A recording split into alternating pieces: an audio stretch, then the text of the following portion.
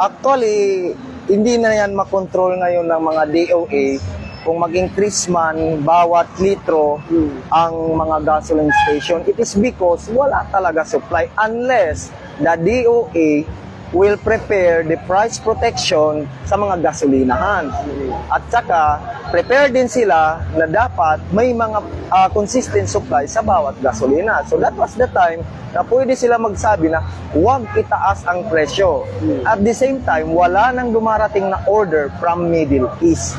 So, alam din nila na hanggang April 15 na lang ang fuel ng Pilipinas.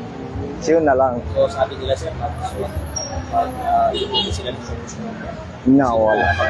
Wala na yun. Yun talaga. Wala tayong magagawa kasi wala tayong supply sa Pilipinas unless mag-allow ang Brunei at saka Malaysia. Pag allow tayo magdala dito ang Brunei at saka Malaysia, possible tayo.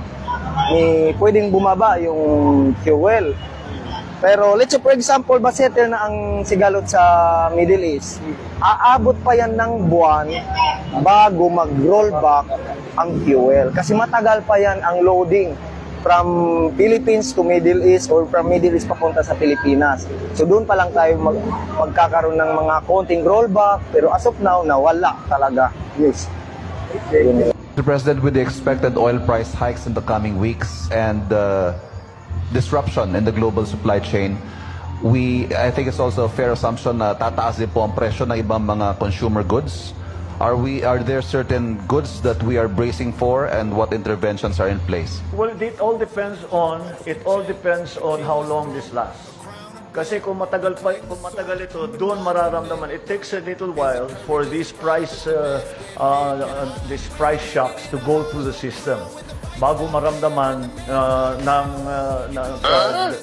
yung daily consumers, maramdaman nila sa presyo ng mga iba't ibang produkto.